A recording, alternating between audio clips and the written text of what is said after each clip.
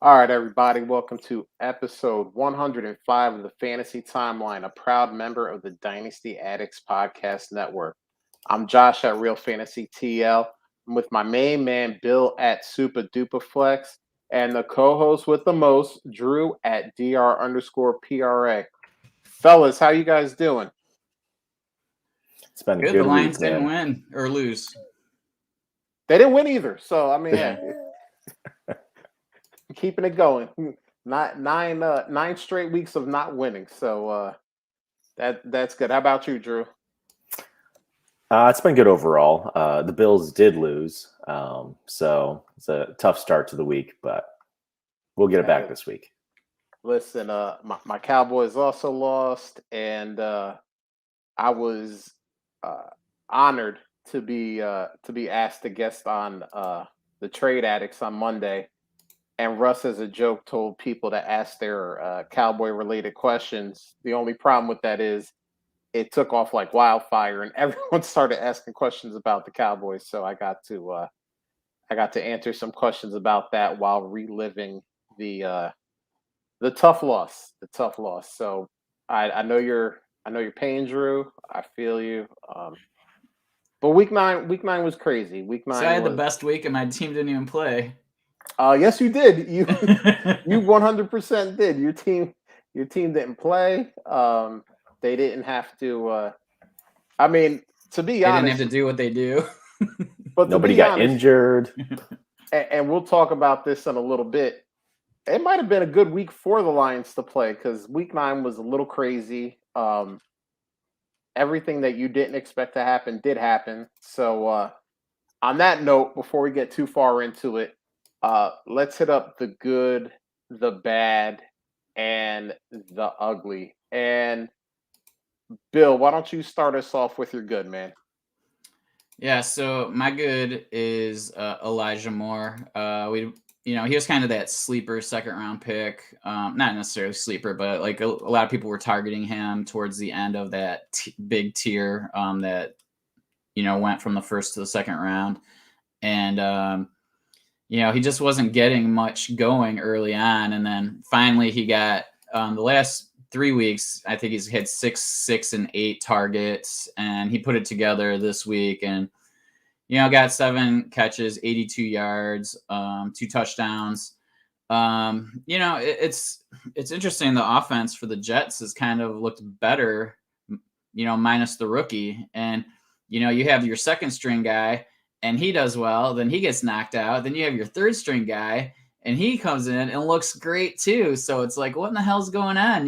Like at least I feel good about like the um about Elijah Moore now, like because you never knew before this, right? Like how is it him or is it the quarterback? And maybe this answers some questions. And you know, so for me personally, because I'm rooting for him, this was a good week for him and me. Yeah, agree with you. It seems like maybe Elijah Moore is starting to put it all together. And, we've been spoiled the last few years with quarterbacks just coming out of college, getting dropped into their team and producing right away. And I think this just shows with Mike White and then last week Josh Johnson coming in after that first series. Experience matters. Seeing things before, Zach Wilson coming out of BYU, excuse me. Um, he hasn't seen that stuff before. He hasn't seen pro style defenses, the movement that's going on defense, the switching, the stunts, the blitzes, and a guy like Mike White, yeah, he started his first game a couple weeks ago, but he's been in the league for like 4 years. So he's bounced around, but he's been in practice every day. He's been on the sideline for games. He's been sitting next to starting quarterbacks and listening to coaches talk about what's going on, what do we do in this situation, how do we fool this defense with our offense. So even though he may not have the game experience, he has just being on a team and being through it. So yeah, I'm with you. I think that just shows the difference between a vet and a rookie in a lot of situations. Uh Drew, what's your good, man? What was your good from week 9? I changed this a couple times, and I finally had to land on Josh Allen. Not that one, the defensive end, Josh Allen, who had 8 solo tackles, sack, a couple tackles for a loss, interception of Josh Allen, fumble recovery of Josh Allen, and some more stats depending on how deep you go into IDP scoring. But he was a monster this week. If you play IDP, if you happen to be a Jags fan or enjoy defensive struggles, he put on a show. Yeah, and I met Josh Allen, the one you're talking about, in Atlantic City a few months before he got drafted. And I'm 6'2". At that time I was probably like 250, 260. He dwarfed me. I mean, that guy is a giant of a man. I mean, he probably had 4 inches and I guess like 20 or 30 pounds on me, just rocked up. I mean, an amazing looking human being. I mean, I don't look up at too many people, and we have a picture that we actually got together, and it looks like take your child to work day. I mean, he's just kind of got his arm around my shoulders, and you know, but yeah, he's a huge guy, and he came up huge for the Jags in that game. My good is James Conner. Man, he balled out. And yes, Chase Edmonds, he went down. That's unfortunate. Looks like he's going to be missing a few weeks with a high ankle sprain. But my goodness, you know, 96 yards and 2 touchdowns on the ground, and then he added 77 yards and a touchdown through the air. I This is, I mean, if you have James Conner on your team and you're a contender, you got to be really excited now. Um, you do have to have a little bit of trepidation because if they really start increasing his workload, he is a guy with an injury history. So can he hold up, or will uh, they have to put in a guy like Eno Benjamin to take some carries off of his plate or take some reception work off of his plate? But for week 9, whew, man, he was great, man. He was I think the highest scoring player in all of fantasy for week 9. So good for him. Everybody knows his story, so it's good seeing him out in Arizona, just literally getting you a touchdown every week. We'll transition to the bad. The bad was week 9. Like week 9 was just like, if you play fantasy, you're just like, why? You ask yourself why you do this to yourself. And I found this great tweet from uh, Jeff Bell at For Whom J Bell Tolls. A team of Teddy Bridgewater, James Conner, Naheem Hines, Elijah Moore, Olamide Zaccheaus, Malik Turner, and Steven Anderson would have beaten a team of Patrick Mahomes, Aaron Jones, Austin Eckler, Amari Cooper, Tyreek Hill, CeeDee Lamb, and Kyle Pitts by 112 PPR points in week 9. Just that is week 9 in a nutshell.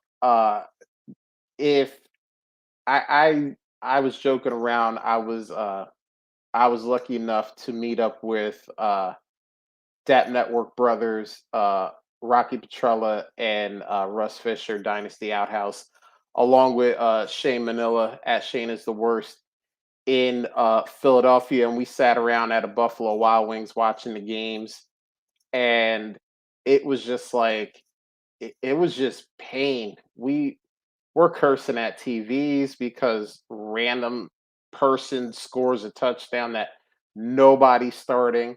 And I made the comment, I said, I bet you there are a lot of teams that are tanking that are real disappointed because I'm sure there are a lot of people that started in Olamide Zaccheaus because they're like, oh, get me 3 points. This is like the perfect tank guy. And he ends up, I think, like 25 points in half PPR or something like that. I mean, it was just crazy, some of the guys that were putting up points.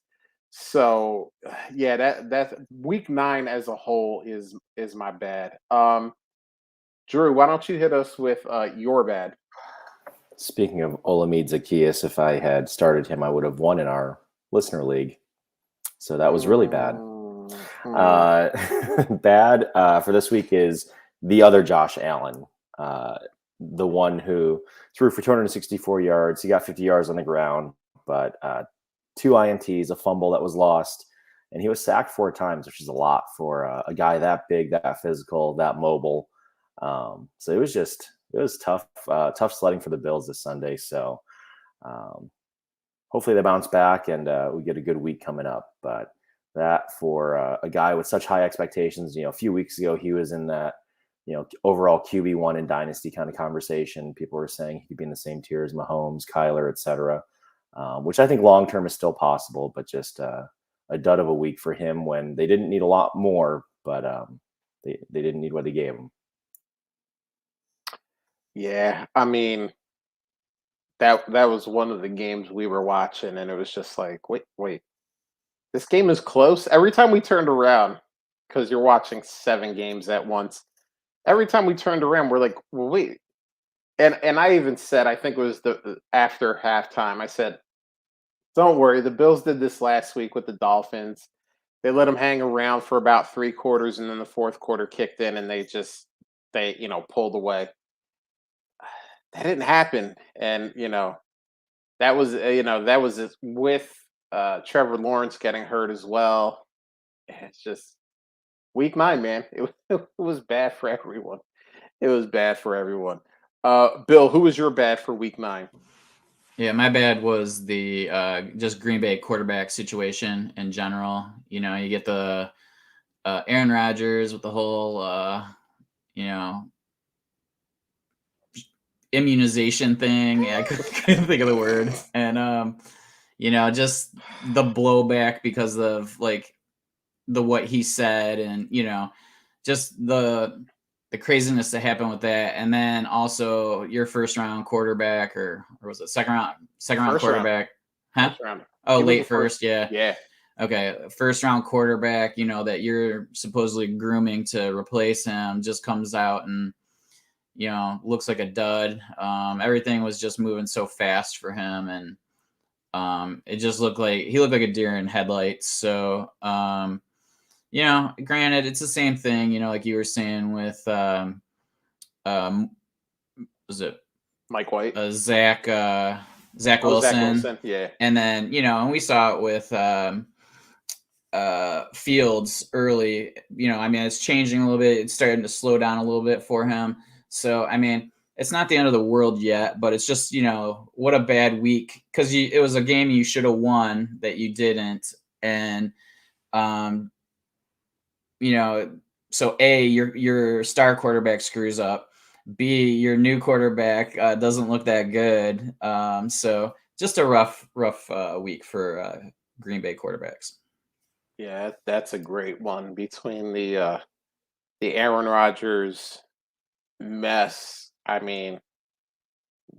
What he said, what his status was, and then seeing that the Packers weren't really following any of the protocols that they should have been with Aaron Rodgers since he wasn't vaccinated. And then Jordan Love comes. Jordan Love probably could have put a lot of the Aaron Rodgers saga to bed if he had come out there and looked good. Not great, but good. And he laid an egg.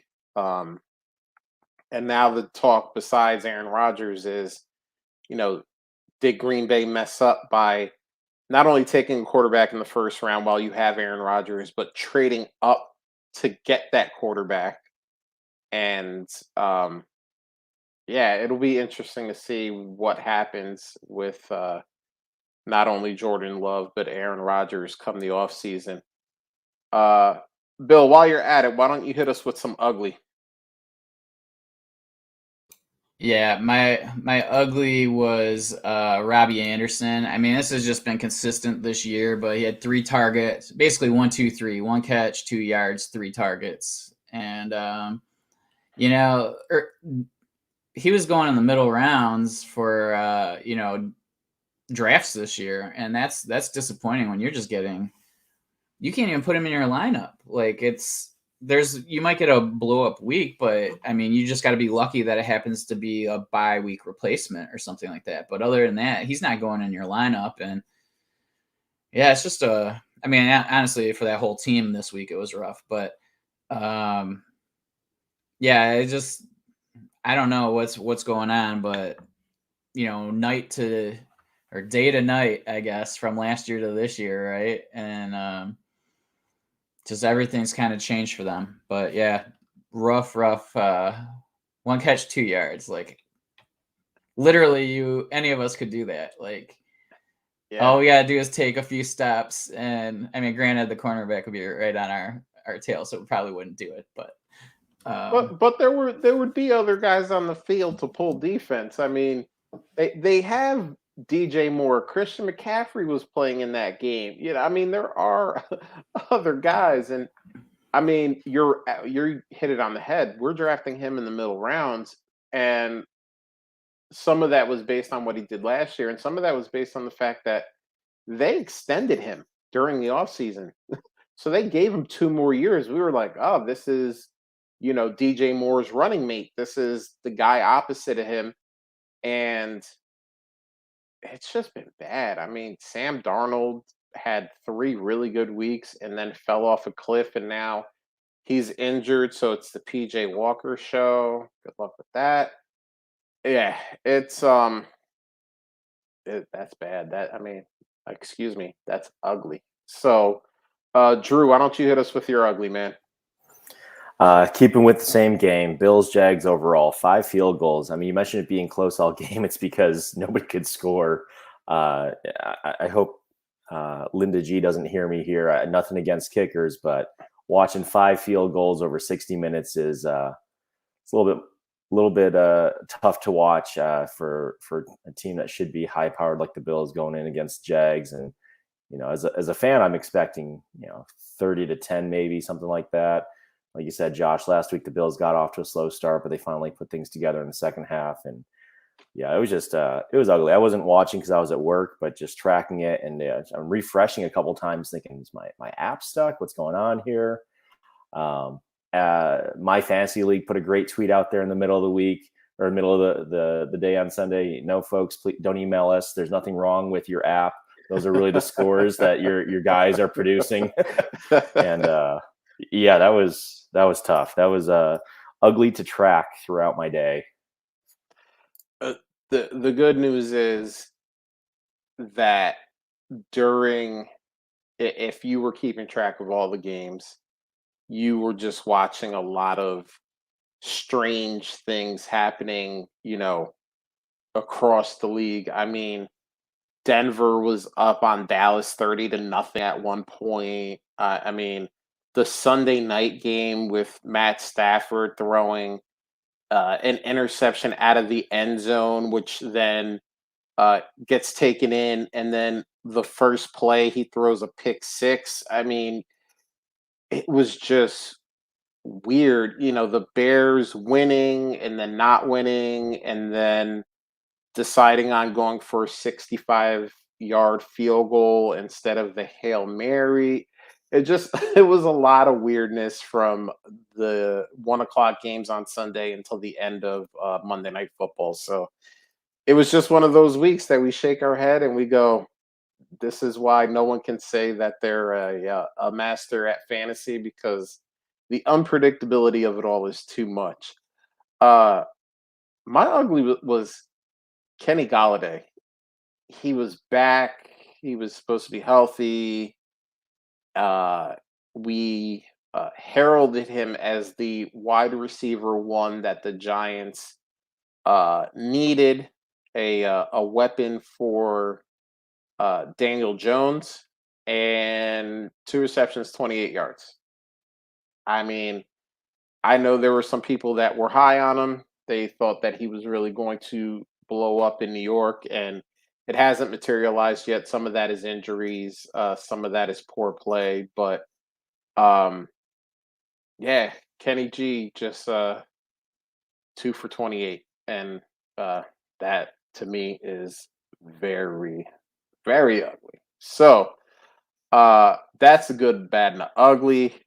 You guys came with some great ones.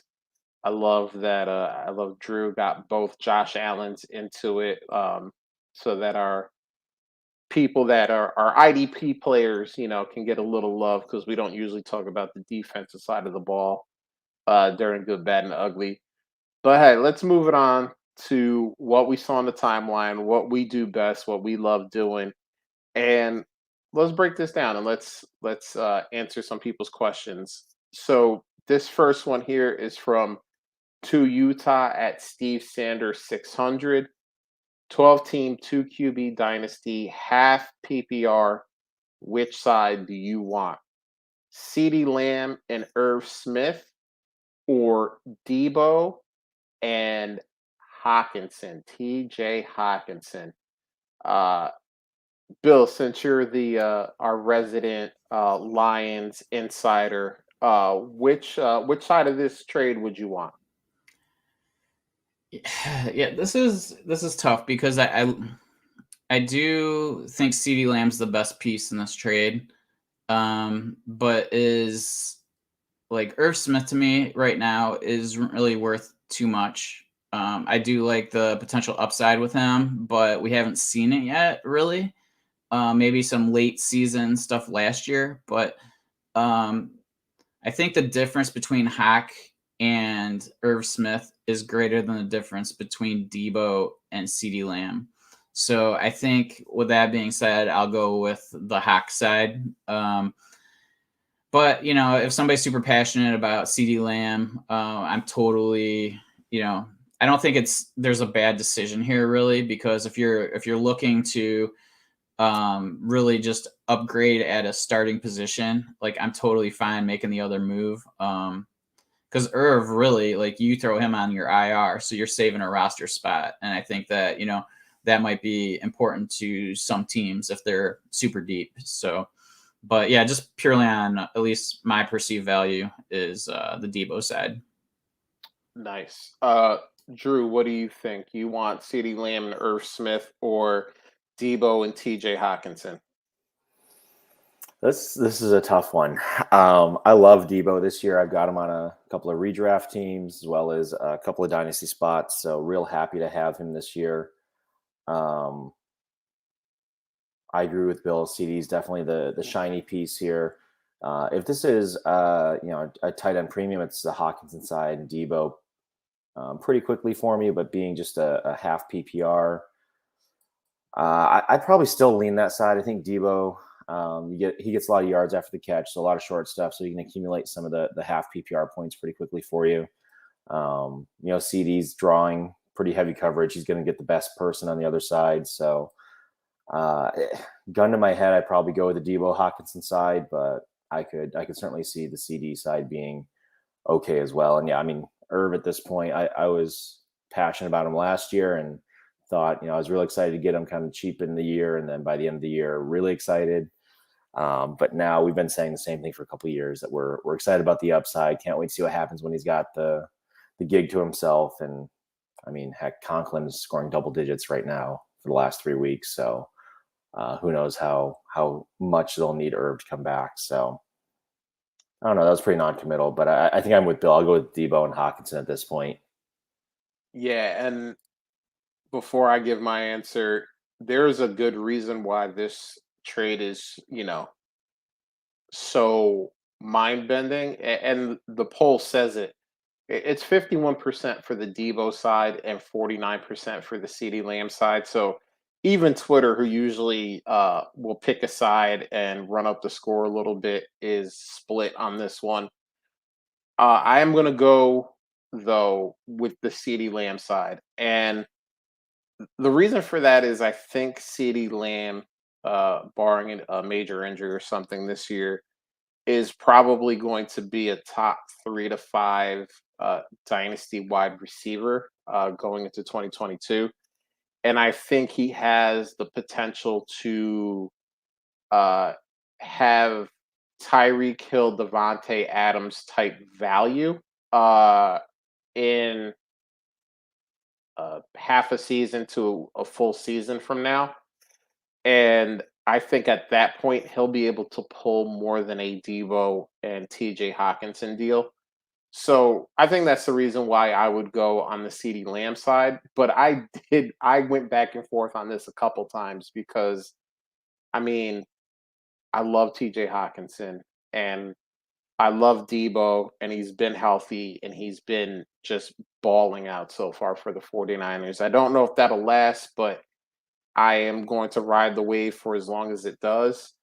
Um, but yeah, I think CeeDee Lamb is the only player in this trade that can uh, get to the point where he has that truly elite value where you need a monster haul to get him off of your team at some point.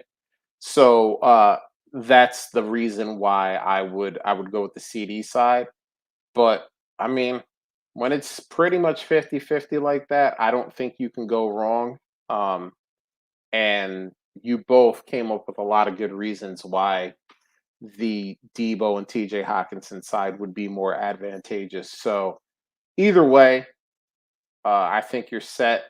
For me, would be the CD side. Uh, Bill and Drew would go with Debo and Hawkinson. So sorry, Steve. It's kind of a 50-50 deal. And even though there were three of us, we're kind of split as well. So if you want to go with the majority of us, then take that Debo side. But there is there's a lot of value to be had on both sides. So this next one here is from Chris M Bite Size Fantasy Football Stats at Force_fantasy. Interesting dynasty debate. Which QB would you rather have for dynasty? Jalen Hurts or Mac Jones? Now we talked about Jalen Hurts last week on the show. We gave our feelings, and I want to see if those feelings have changed for anybody. But then I want to also bring Mac Jones into this situation and see how we feel about Mac Jones overall, and then how we feel about him versus Jalen Hurts. So, Drew, why don't you start us off? Dynasty, are you going with Jalen Hurts or are you going with Mac Jones? I think for long term, I'd rather have Mac Jones, somebody who seems to have a handle on the job moving forward. You don't see Belichick go and cycle through a bunch of quarterbacks real fast. And if he can settle in and do his job, he'll have a job for a long time. And you trust that their system will pick up. And he's never going to be a 4 or 5 touchdown guy very often. He might get one per season when the situation is just right. But for Hurts, there's too many question marks. I think long term, I've got him in a couple teams this year, and I really enjoy having him this year. But those are teams where I have either 3 or 4 decent quarterbacks, and I've pretty well resigned to not knowing next year or hoping that he lands in a spot that he can be a starter. Whether Philly drafts his replacement or they trade him, it's fine if he goes somewhere else. You hope that he can put it together in another year in the league. He can keep going for his sake. But if I'm building a team right now and I'm looking longer term, I'll take Mac Jones and just count on him as a solid QB3 moving forward. And that buys me a little time until maybe 2023 if I feel better about that QB class and I can put my chips into some skill players next year. I like that. I like that. Bill, what about you? Jalen Hurts or Mac Jones for dynasty? Yeah, I think this is a one of those questions that it depends on league. It depends on if it's like a 12 team or less, or it's a 14 teamer or more. If it's 14 teamer or more, I think it's more important to have quarterback that I feel is going to be better long term and safer long term. So I'm more apt to be conservative with my quarterback selections because it's just harder to acquire them. So I think in that case, I would take Mac Jones. But if it's 12 or less, I'm going to go for upside because I feel like you can still get quarterbacks and replace them. And so, just adding like an older quarterback, you can oftentimes get them for a good discount in the off season. And so I'd probably go Jalen Hurts just with the hopes of the upside. Maybe he keeps improving or he improves over the course of the season and, makes it hard on the Eagles to get rid of him. Plus you get him for the rest of the year, at least theoretically. Again, it probably has to do with where your team is at. Like if you're, if you're not contending, I'm probably going Mac Jones. Whereas if I'm a contender, I'm probably going with Jalen Hurts. Yeah, and that's a good point, Bill. Where's your team at? Because um, I wouldn't tell a true contender, a top one or two team, well, trade away Jalen Hurts because I don't think Jalen Hurts is going to be the starter in Philadelphia next year. I don't think he'll be, but he's going to be the starter in Philadelphia for the rest of this season, barring injury. So get the points, get those rushing yards. He's not a good real life NFL quarterback, but he scores you points in fantasy. So that's all we care about. We're not worried about can he, can he discern when the blitz is coming and can he beat a cover two shell and all that? We don't care about that. Are you scoring points? Yes or no? And he is scoring points. So that's true. And Drew brought up a good point about stability. Mac Jones is locked in there probably for 5 years minimum. You know, he's going to be their guy. Bill Belichick is going to groom him. He's trying to prove to the world that he can win the thing without Tom Brady. Tom Brady is already proven that he can win without the genius of Bill Belichick. So Bill Belichick is not in the he's not in the mindset of just trying to cycle through quarterbacks until he finds one that clicks. He has Mac Jones. That's going to be his guy. Um, we'll see. Mac Jones might get a shiny new toy in the next couple of days if that's where Odell Beckham decides to sign. So that could be an interesting pairing to say the least. But you know, for me, I think I'm going with Mac Jones. The stability is there. We're talking about Jalen Hurts, and the Eagles only have 3 wins in the first 9 weeks of the season. Um, that's not good. And that's not a guy that the new head coach Nick Sirianni drafted. That was a guy that was drafted in the previous regime, and with a possibility of having 3 first-round picks, they may use one on a quarterback or package a couple to move up to get a quarterback. That's definitely a possibility, especially if they end the season 5-12 or 6-11. They may say, "All right, listen, Jalen Hurts might be a nice guy, but he's not a guy that can win NFL games, and he might either be relegated to a backup or packaged in a trade, maybe to get a Deshaun Watson, maybe to get another quarterback that's disgruntled." And I just don't have high hopes for his availability past this season. So give me Mac Jones. I like the guy that I think is going to be there for at least 5 years. All right, so next one here is from Ridley Truther at CWC Wood One.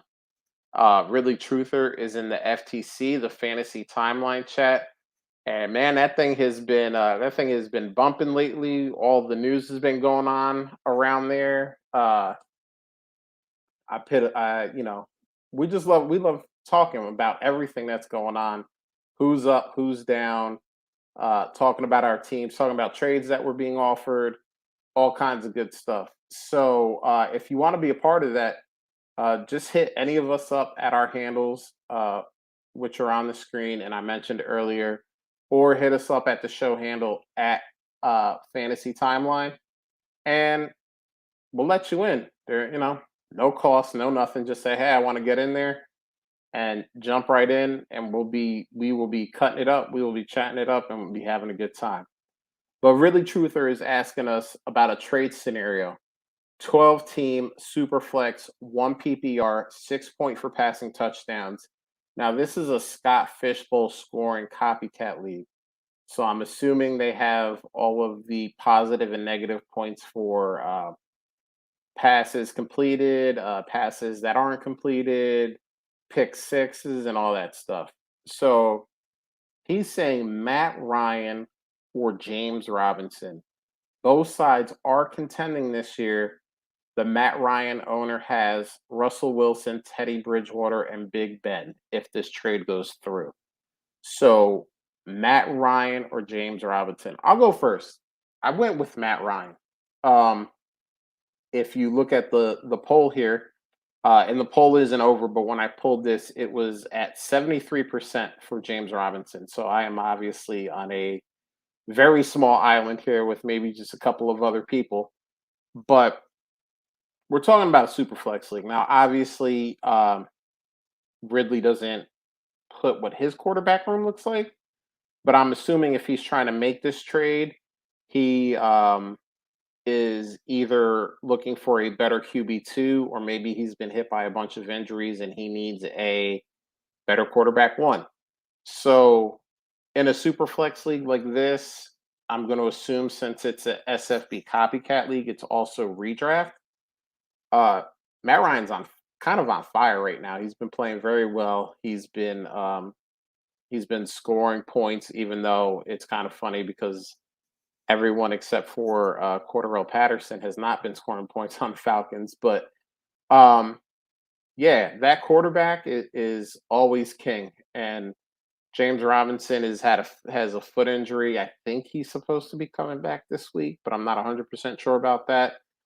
So that's a little dicey. So yeah, for me, it's Matt Ryan. Bill, who do you got here? You got Matt Ryan or you got James Robinson? Yeah, I mean, without all the information, I think I agree with you. Actually, I would take Ryan. I mean, just looking at the scoring, and I kind of looked at it from like week four to week 9, just because that's kind of when, maybe a little bit more opportunity was given to these guys. And it was 24 points a game for Ryan and like 18 for Robinson. So it's like, just that point differential is pretty big. If you really need a running back, I just, if you're both contenders, I don't want to give the other guy more points. You know what I mean? Like, because it's going to help your team also, but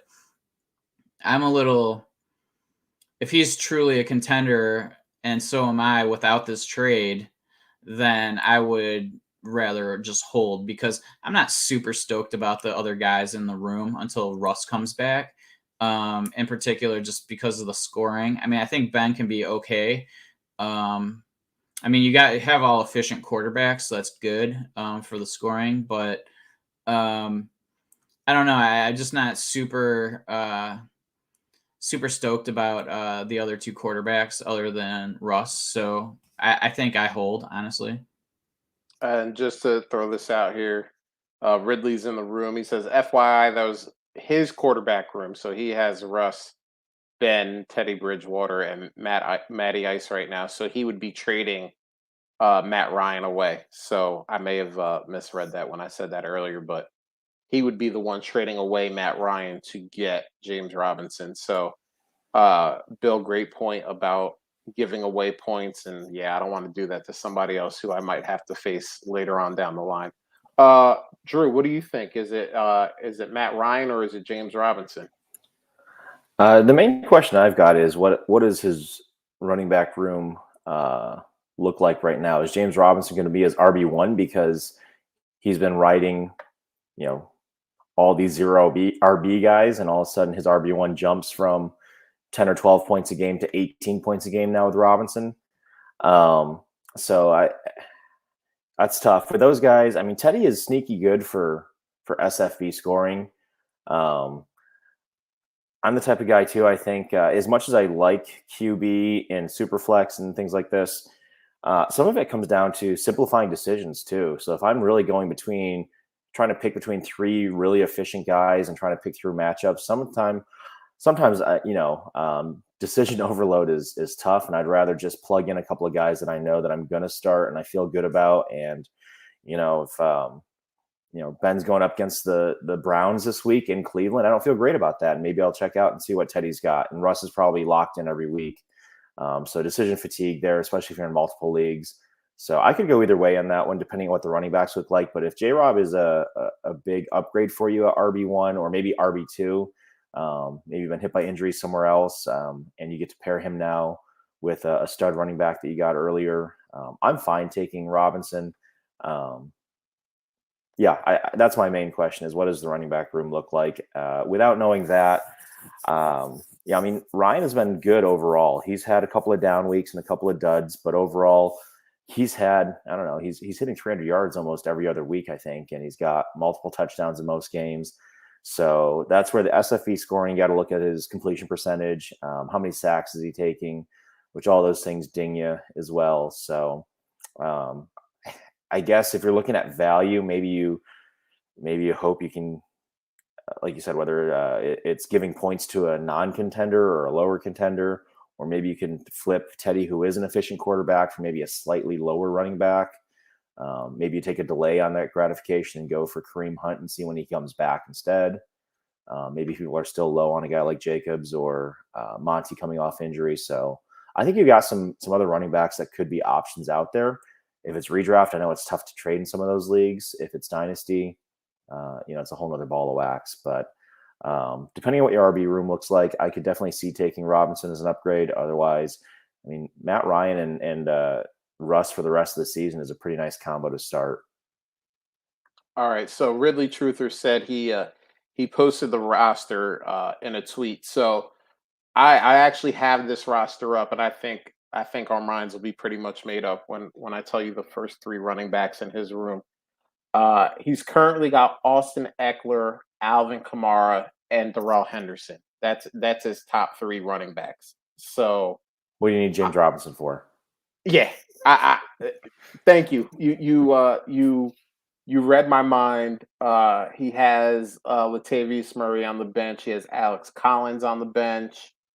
So yeah, like I don't I don't see trading away a hot quarterback right now for a guy that honestly I don't think you really need. Um, so keep Matt Ryan. Um, and I mean his team is pretty good. I mean he also has Devontae Adams, Scary Terry, Robert Woods on this team as well. So he's got a pretty stacked team. Good for you, man. I don't think he needs to do much of anything right now. I know there's some question marks around Alvin Kamara and if he's healthy, but if he isn't, you can still slide Darrell Henderson in there. I mean, you have some, kind of okay guys in Latavius Murray and Alex Collins.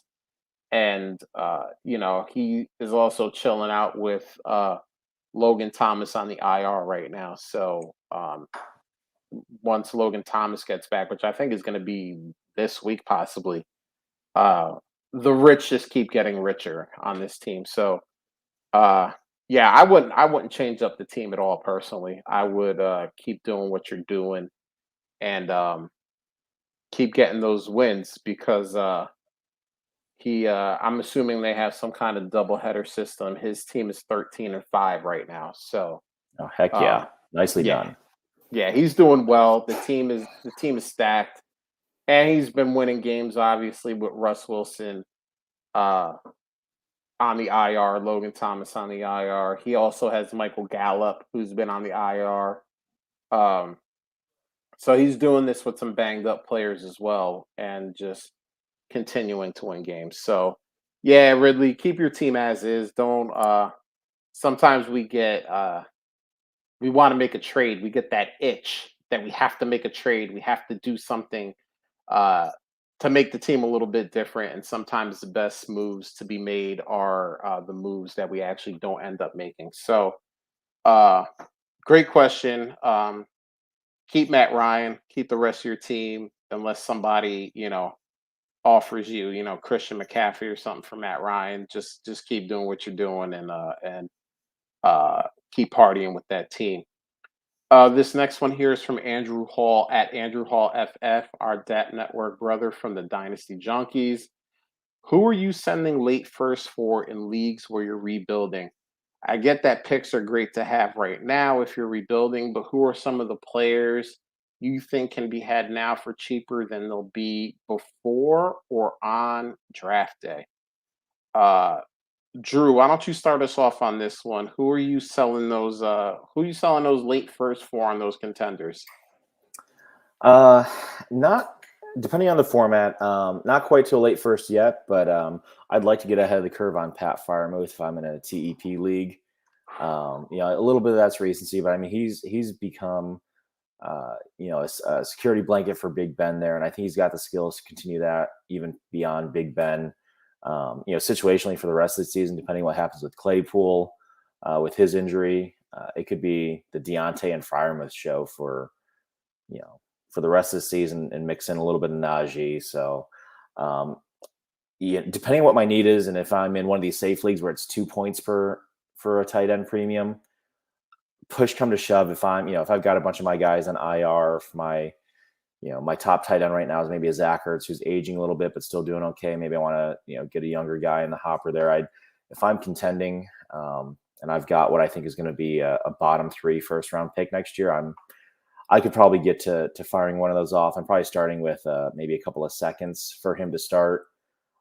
For a single player, maybe like a T. Higgins, if people are low on him, if they're still assuming that Chase is going to run away with everything, I think Higgins will be a very good wide receiver too. And, whether Boyd's there long term or if he gets moved in the next couple of seasons, Burrow's one of those guys that I think can support multiple receivers just fine. So if somebody's willing to get rid of T. Higgins, who's still young, who's got a championship caliber mindset from college that's translated really easily to the NFL, he's just a guy I like having on the team, especially if I can get him as maybe my wide receiver 3 or something like that. If I'm really good at running or a wide receiver right now and I'm aging out there. So those are the first 2 that came to mind. I had some other running backs in mind, but I really don't like paying for running backs. So kind of kept it there. Bill, who's got that Pat Fryermuth guy on the in the OG league? Do you know? Yes, I do. I love how Bill plays a little coy. Bill, who would you be trading those late first for on those contenders? I didn't write anything on the show sheet, and I Do you want a second? I still don't know the answer. Like, I've been scrolling up and down the list, and I just don't see anybody I'm super sold on buying. I mean, aside from, I do like your selection. I like both of those selections actually that are on the list, but like, I just don't see a lot of people I'm like excited to like give my first up for. And I'm also confident that they're going to be worth more on draft day, because that wasn't that part of the tweet. So it would have to be somebody younger, or a situation change. And so like, I just don't, the people I'm thinking of are going to have negative situation changes, not positive. So because I was thinking for running back, like I'd be like, could I get Aaron Jones for a late first? I don't know. Like, I don't know. Drew's making a face, so probably not. I don't know that you don't like that. What's that? I don't think I'd pay that for him unless I need that to make the push for this year. Well, yeah, that's what I'm saying. So like that wouldn't be like something for next year also. So like I had a hard time even picking anybody. Is Mike Williams somebody like, but he's getting hurt all the time, and he had to like, there's just nobody I'm super confident about paying up for unless I need like a quarterback and somebody I think like, I mean, our go-to, but he's still not going to be worth more. Everybody'd be older. So like, I just don't have an answer. Well, but I think that's fair. I think sometimes you can say, hey, there isn't anybody that I feel really great about using a late first on that I think I can legitimately get, and that will legitimately be a piece that will either put me over the top or help put me over the top. So I mean, I think that is a fair answer. Like, hey, there isn't anyone. I mean, the only ones I can see, I'm sorry, are like Amari, but then like it would have to be like a situation change. Or like, is he under contract next year? Yeah. Okay. So like, I mean, he starts performing better, and but I mean, can you get him for a late first? I don't know the answer to that. Maybe. I've actually thought about it. I might try it. So like he's somebody that I think, if he picks it back up, you're gonna be back up into that, mid first range. I can't imagine anybody's gonna sell DJ Moore for a late first right now. Maybe if you got somebody really nervous. Yeah, I think DJ Moore is an interesting one, and I think it, obviously depends on how long your league has been around. But if you're like year 3, year 4, and that guy has had DJ Moore the whole time or almost the whole time, he may be getting to the point where he's like, Carolina's never going to figure out this quarterback thing.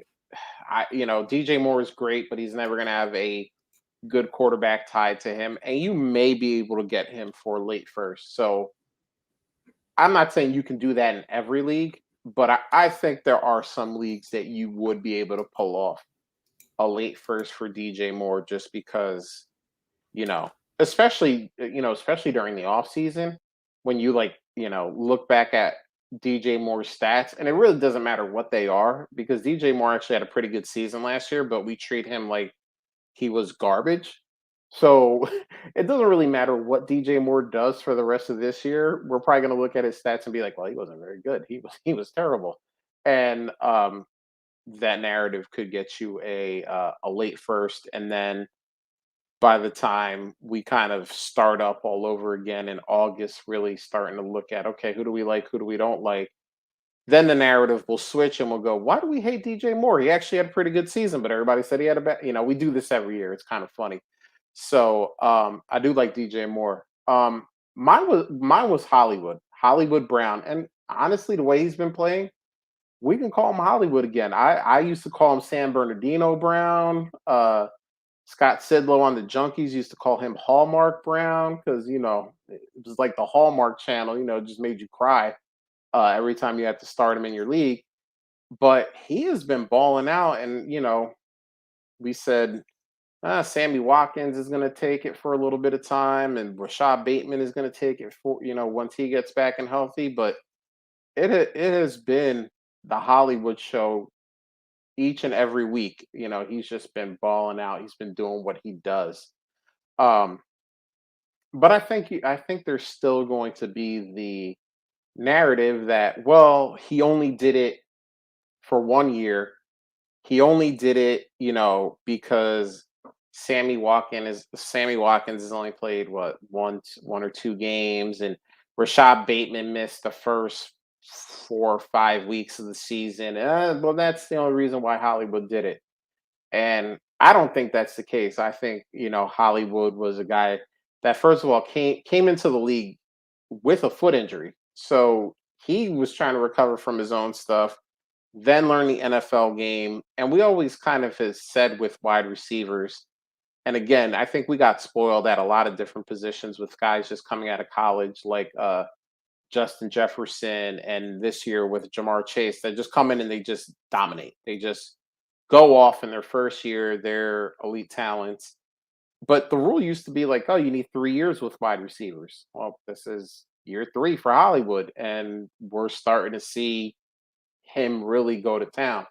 So I think during draft season, he won't be a guy that people will attach that high value to because he hasn't done it for a long enough period of time in people's minds. And that's cool. I'll take Hollywood. I'll take Hollywood during the off season if you want to trade him for a late first. Like, I'm cool. I'll give you the 110, the 111, the 112, and you can give me Hollywood. Let's go. We'll be happy campers in that regard. Um, but Drew, I really like yours. I love Pat Fryermuth, and I'm glad I have him on a few teams. It makes me happy that I get to enjoy all of this Pat Fryermuth-ness. All right, this next one here is from Boyd Killingworth at Dynasty Boyd. Who would you rather on your Dynasty roster, Terry McLaurin or Stephon Diggs? And we'll let Drew go last on this one since he has a bias in this poll here.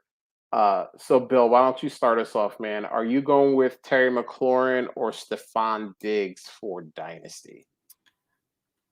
That's pretty close. So I'm just gonna go boil it down to the quarterback. So I'm gonna take Stephon Diggs. It's pretty. I mean, coin flip, but then when it's in the air, you know the answer. You know what I mean? Like what you want to happen, and that's exactly where I landed. So pretty easily, Stephon Diggs. Pretty easily, Stephon Diggs. All right. I wasn't sure. I wasn't sure if you which way you were gonna go on that. So it was fun to get it. We're gonna make it 2 for 2 though. Bill and I in lockstep. It's Stephon Diggs, and people are kind of like they're clowning on him for some reason because well he's not doing as good as he did last year. He's still really freaking good though. Like and Terry McLaurin has had some trouble this year. And don't get me wrong, this is kind of a DJ Moore situation, even though he has performed more, I think, than DJ Moore has. I mean, they just haven't given him a quarterback. It was supposed to be Ryan Fitzpatrick. He gets hurt in the first game, and it's been Taylor Heineke so far for the rest of the season. Last year it was Kyle Allen and Dwayne Haskins and Alex Smith. It's just like, get this man a quarterback so he can go to town. But Stephon Diggs has that, and I think he's a dominant player with a highly elite quarterback. So I too will go Stephon Diggs. So Drew, are you going to go with your hometown biases and make it 3 for 3 for Stephon Diggs? Yes. Yeah, I know he's I don't know, he's about 2 years older, maybe not quite 2 years older than McLaurin, so you get the age thing, but again, he's not a speed guy like Tyreek or Deshaun Jackson, some of these guys where the speed falls off. But you've also got a bunch of older guys. I mean, he's got Emmanuel Sanders, he's got Cole Beasley, and not a whole lot else behind those guys too. So he will have his opportunity to be the alpha there again. And I think for him at this point, it's just enjoying being on a team that wants him and maybe not having to carry as much pressure as well, knowing that there are other guys that can relieve some of that pressure and carry some of the game.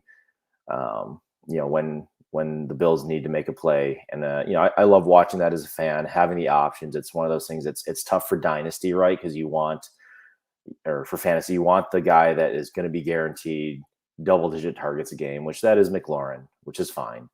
But yeah, when it comes to the quarterback as well, you have a guy that's tied to a top 3 or 5 dynasty quarterback for the next few years.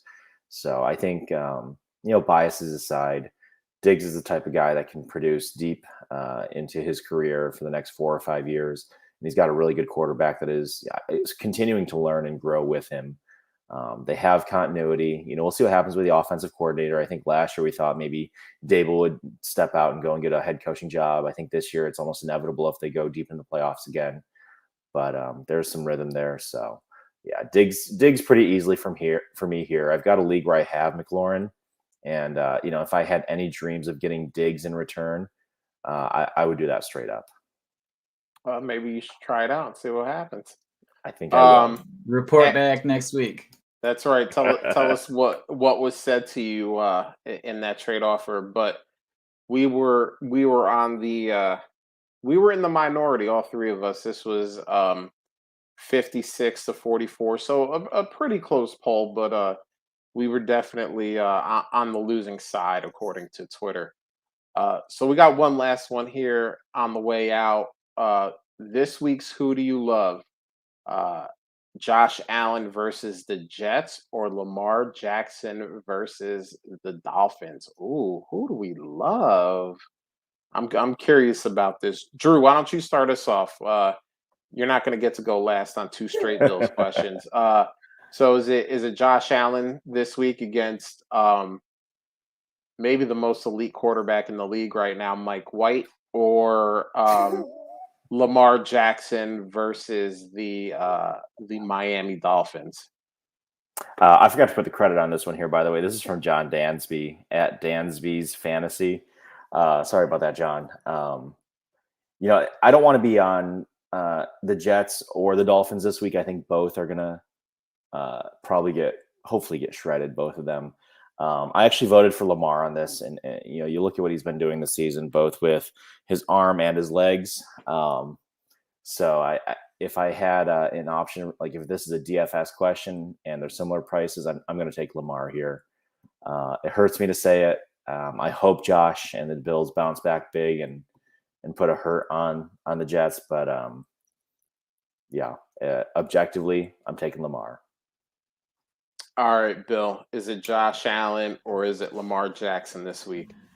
I agree with Drew. I'm going Lamar here. I just feel like they're really passing the ball more. They're not running it as much, and if that's the case, and then when they are, it's Lamar. So it just seems like I'm never not starting him. I don't think no matter who my quarterback is, other than him, I think he's always starting for me. So he might be in my mind, not value wise necessarily, but he might be my QB1 in my mind as to who I start over everyone else. We're going to make it 3 for 3 because I will not bet against Mike White. Guys just come out there every week and it's just been he's been on fire. He has been hot, and I think according to NBA Jam rules, if he gets one more week of doing what he did, he's going to be on fire for the rest of the season. So yeah. He's got something to play for too. But yeah, Lamar, I mean, you guys both hit it. Lamar is not just doing it with his legs this year. He is doing it with his arm. Crazy week 9. He had passing touchdowns to Patrick Ricard and big play Devin Duvernay and was Freeman. I mean, he was just hitting all of the people that nobody was starting on their team. So, but I saw a crazy stat, and I wish I had saved the tweet to give credit. But he, even with the increase in the passing game, he's averaging 12 more yards per game than he did in his first 3 seasons rushing the ball. So even with the increase in passing, he personally has also had an increase in rushing yards. So I mean, it kind of makes sense, right? Yeah. I mean, you can't just put a spy on him anymore because cool, that's one less guy that he has to worry about in the passing game. And if you don't put a spy on him, cool, he can just run by you. So you're really, as a defense, you're stuck because he has now really gotten to the point, and he started doing it last year, but now he's really at a point where he can defeat you with his arm or his legs, and that is hard to deal with. And it's crazy that even with the amount of injuries that team has suffered on the offensive side of the ball, that he is still performing at this level. So yeah, we're going 3 for 3. It's Lamar Jackson. I picked Lamar mostly because I don't want to have to answer to Mike White when he does something filthy against the Bills. I don't want that on my conscience. So although, and that with that argument, I mean, that might be good for Allen, right? Because then you have it going back and forth, and Allen's gonna have to push also. So I mean, if it's a blowout, they might just start running the ball the Ravens, right? Or either team if it's a blowout. So you want to actually pick the offense that's going to be a little more successful, I think, for this week, I guess. So we're picking the Jets. Okay, cool. I just wanted to. So then you would be going with Josh Allen, maybe. Yeah. And that's a good point too. I'm joking around obviously about the Mike White thing, even though I think it's really cool what he has been able to do. And I mean, really, it's not even been 5 quarters because he was out after that first series in the Thursday night game against Indianapolis. But yeah, I mean, what if Mike White does just keep kind of slinging it around and this is a back and forth game, then obviously Josh Allen is going to be out there throwing it a lot more, as opposed to if this is what it should be and it's a Bills blowout, then all of a sudden, we see a lot of Devin Singletary, especially with Zach Moss being hurt. So I like it, but we're all going, my joking aside, we're all going with Lamar just because he is excuse me, let's try that again. A true dual threat quarterback. And those are obviously the cheat codes in fantasy. So before we officially shut it down, I need to apologize. I made a mistake last week, and I did not mention who was in last place in our Fantasy Cares fantasy timeline eliminator. Drew, you were supposed to hold it down for us, and week 8 claimed you. So now we are all officially out of it. Someone that is not fantasy timeline affiliated will win this thing. What do you have to say for yourself, Drew? I thought maybe since you skipped me, I'd still be in it, but I also just want to get out of the way. I didn't want to take the joy from somebody else. People put time and energy into those drafts, and we're in it for the fun of the group. No, it sucks. I thought I had a good team, but excited to see who pulls it off this year. And I think it's fun to see a lot of folks that jump in and join in and have put together some really good teams. And that's part of why the chat is so lively each week, and why we have so much good dialogue about which side of a trade, or what do we think is going to happen with somebody. So just another plug for the FTC chat. If you're not in there and you want to have some fun throughout the week and learn a few things, join us. Couldn't have said it better myself, but we'll move on. And we also got to hit week 9. Unfortunately, week 9 was crazy for everyone. But it was craziest for Jay at Jay Moshel, last place. It was fun having you. It was fun having you around.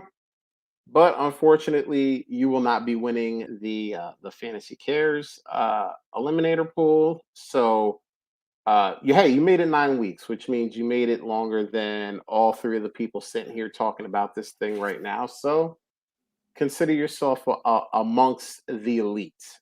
But on that note, we're going to get out of here. Thank you to the chat. It was awesome. We love seeing people typing in the chat, talking in the chat, asking us questions, trying to figure out their teams and what they're doing. Remember, if you pop this on, make sure you're hitting the bell. Make sure you're hitting subscribe so that when you know when we go live.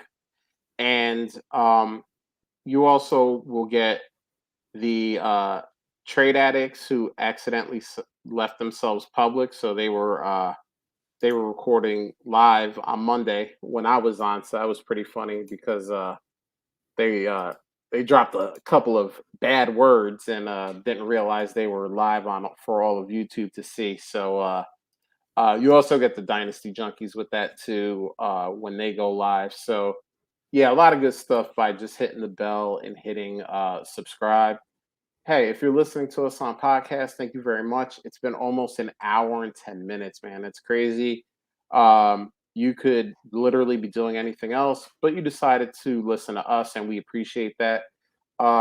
If you just found us randomly, make sure you hit subscribe. Make sure if your podcast directory allows it, that you leave us a rate and review. It helps us out, and it helps us get seen by more people. And on that note, we are out of here. Late.